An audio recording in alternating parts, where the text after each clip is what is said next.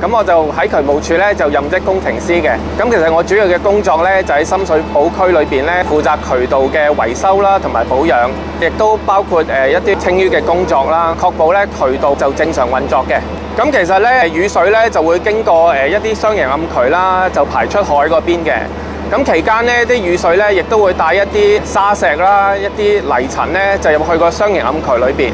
咁如果呢啲淤泥咧積成嗰陣時，就會影響嗰個雙型暗渠嗰個排水嘅一個功能啦。最嚴重咧可能導致到水浸嘅。咁所以咧我哋渠務署就會定期咧進行一啲檢測。咁如果有需要嗰陣時咧，就會進行清淤工程。咁其實咧呢部就係一部新型嘅遙控清淤機械人啦。我哋而家咧就嘗試利用呢部機械人咧喺深水埗同埋喺荃灣裏邊嘅雙型暗渠咧進行一個清理嘅。咁期間咧亦都會測試佢嘅功能。咁其實呢部新型嘅機械人咧就同一個吸塵機嘅運作咧就相似嘅。咁佢嘅體積咧就大概係3米長啦。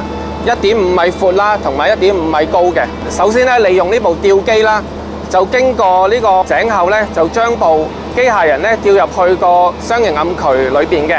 咁之後咧，就工作人員咧就可以喺工作室裏邊咧，透過閉路電視啦，同埋 Sonar 咧，就可以觀察到個雙型暗渠裏邊嘅狀況。咁工作人員就可以喺個工作室咧，遙控操縱呢個機械人去一啲有淤泥嘅地方，部機械人咧就會吸咗嗰啲淤泥啦，就經過個機械人連接嘅管道咧，跟住就泵翻上地面，就會有啲臨時嘅storage tank 嘅，咁跟住咧就可以繼續進行一個處理，咁最終咧嗰啲淤泥咧脫乾水之後咧，就會運去堆填區嗰度嘅。